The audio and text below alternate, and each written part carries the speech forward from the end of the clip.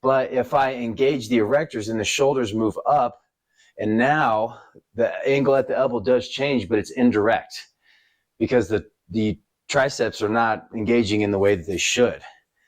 So when people are down, if we can manage to keep the abs engaged, and as we press up without engaging the erectors to lift like that, this movement will be way more effective.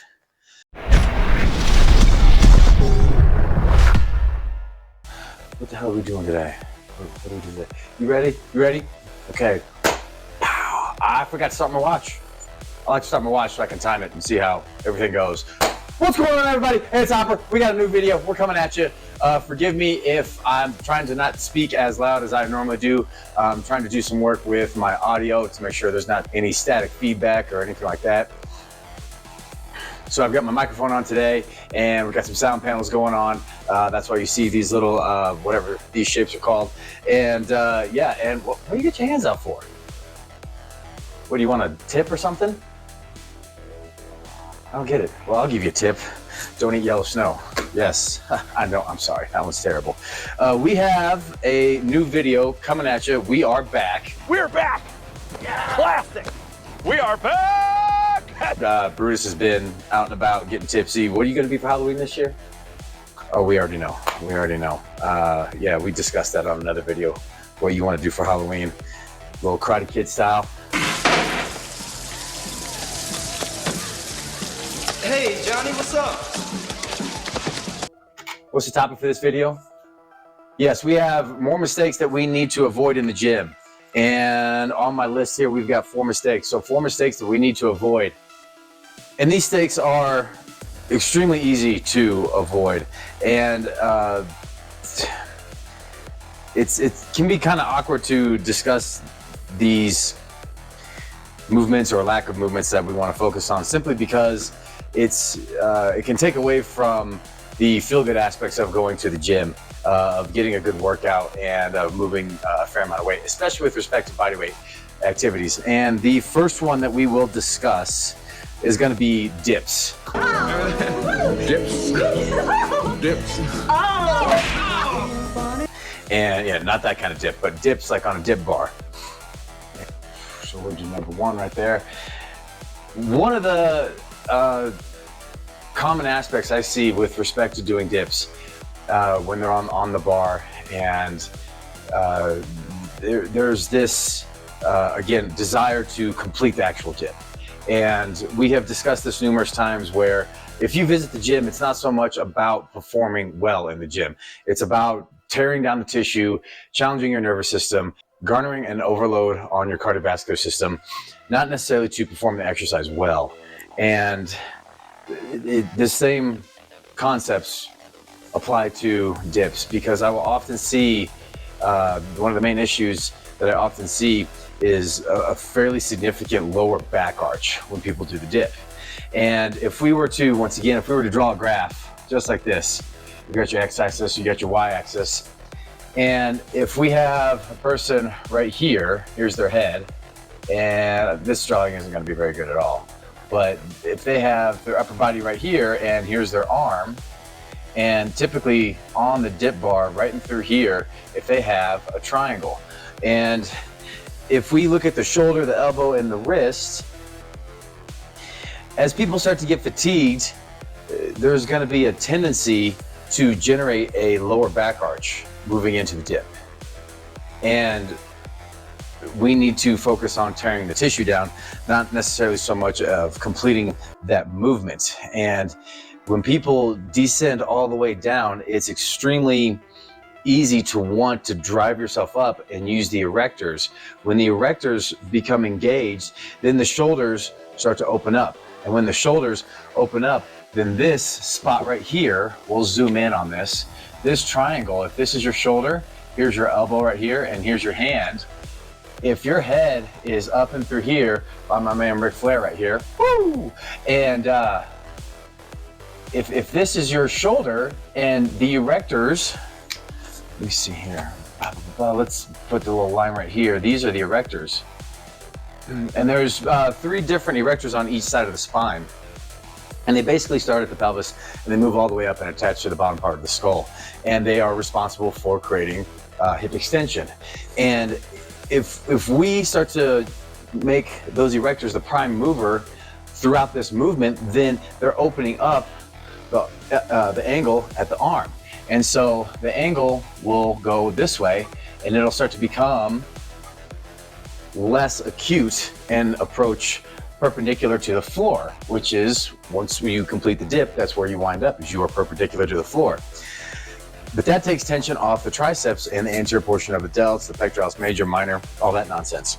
So we need to ensure that we keep a little bit more of a forward lean when we are on a dip in this position right here. Again, if we arch that lower back way too much, we're taking tension off the triceps and it indirectly opens up this angle at the elbow, and it's much easier just to finish the dip, just like that.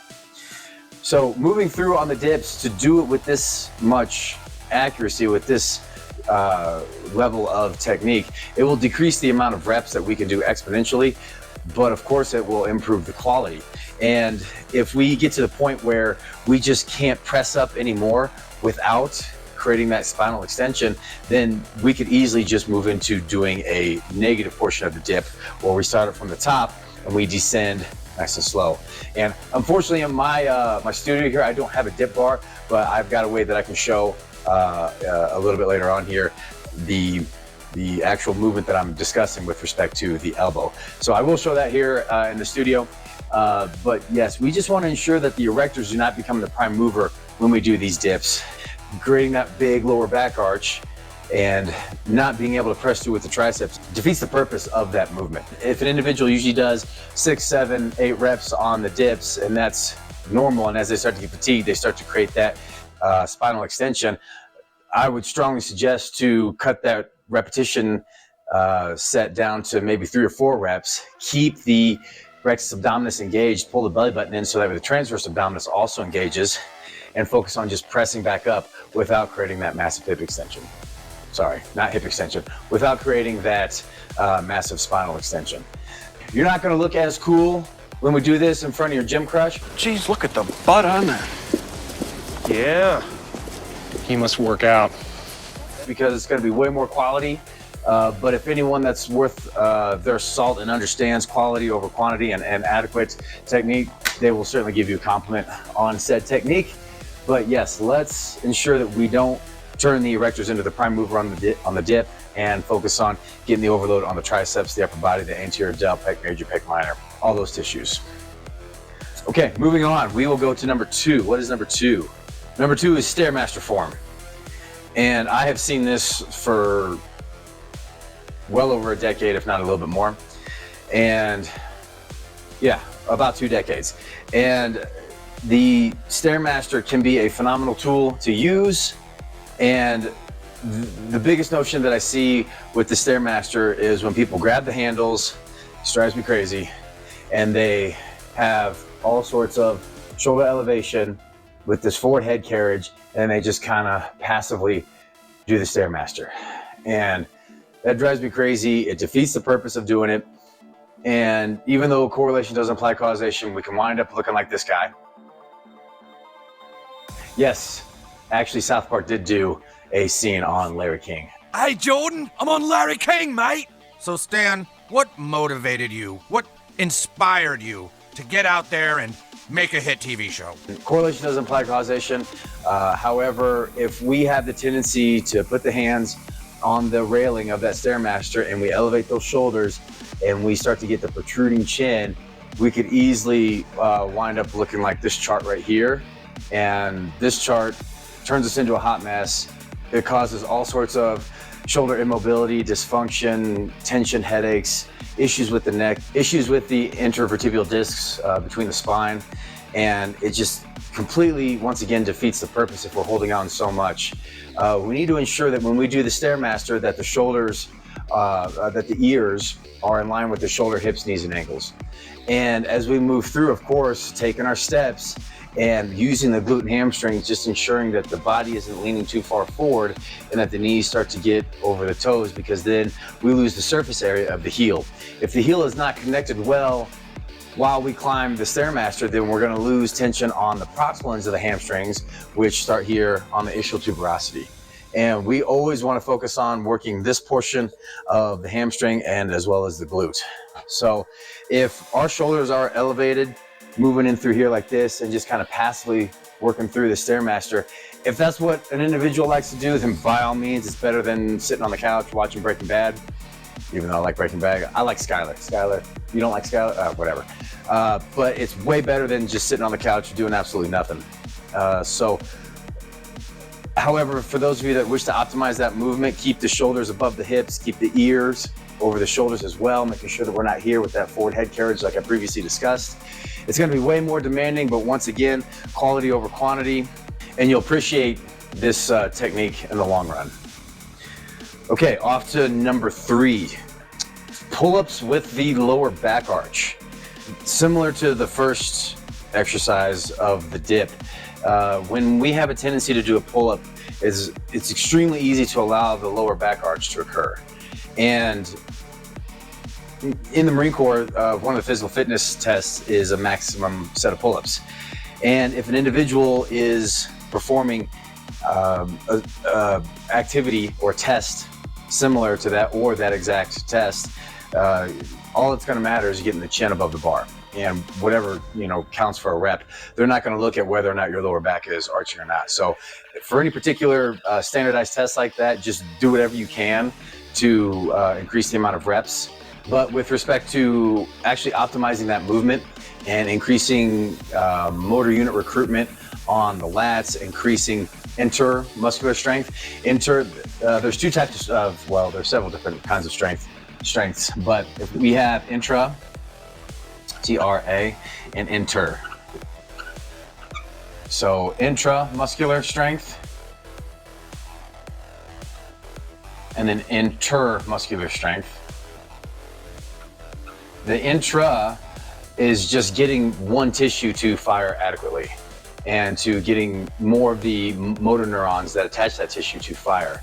And if someone comes in and they have underactive glutes, so the very first thing that we're gonna do is to increase the motor unit recruitment of those glutes and get those tissues just to fire adequately. Once that occurs, then you can start to get the glutes to fire with other tissues, and then progressing into movements that require more neural demands, such as a back squat or a squat clean. But the intermuscular strength is getting the tissues to work together as one unit. So these 2 concepts will play a critical role with respect to not having a low back arch when we perform a pull-up. It will increase the demand on the rectus abdominis significantly more. And once again, it will decrease the amount of pull-ups that we can actually do because there's so much more of a demand for the lower back arch to not occur, and it's so much more demanding on the abdominal wall to function. And the body will actually swing forward a little bit more when we do this style of pull-up, and we will avoid that lower back arch because of where the load and the center mass is displaced. So if an individual typically does maybe 8 to 10 pull-ups, I would strongly argue that when they perform these pull-ups with much more tension in the rectus abdominis and the transverse abdominis, that they're only going to get maybe half of those if they do it correctly. Of course, you want to keep the shoulder blades down. There's different ways that you can grip on a pull-up, but the general idea of not utilizing a lower back arch and keeping more engagement in the abdominal tissues, and it will definitely be worth it in the long run. You'll see that? Can you see that? Okay, and number 4, I think Chris Rock said it best. Sometimes you just want to jump all up on shit. You just want to jump up on shit, live it up. And that is true. That can be very true. But with respect to in the gym setting, with boxes and plates and whatnot, we have to stop jumping all up on things. And it is way too dangerous. And there are ways that we can utilize plyometric drills without the hazards. And I have seen way too many injuries occur when people jump up on boxes, or they take the box and they stack plates on it. And it is so dangerous. It is incredible. We need to stick to just basic vertical jumps, standing long jumps, I actually have a certain style of hurdle that I like my clients to use that can actually be pushed over quite easily. And if they push it over, or God forbid if they fall onto it, it's plastic and it's not gonna cause that much damage. I'll show you that here in a second.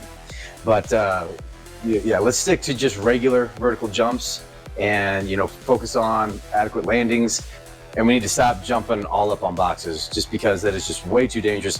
The whole point of the gym is to train and overload our bodies so that way we do not get injured or get hurt while we play a sport.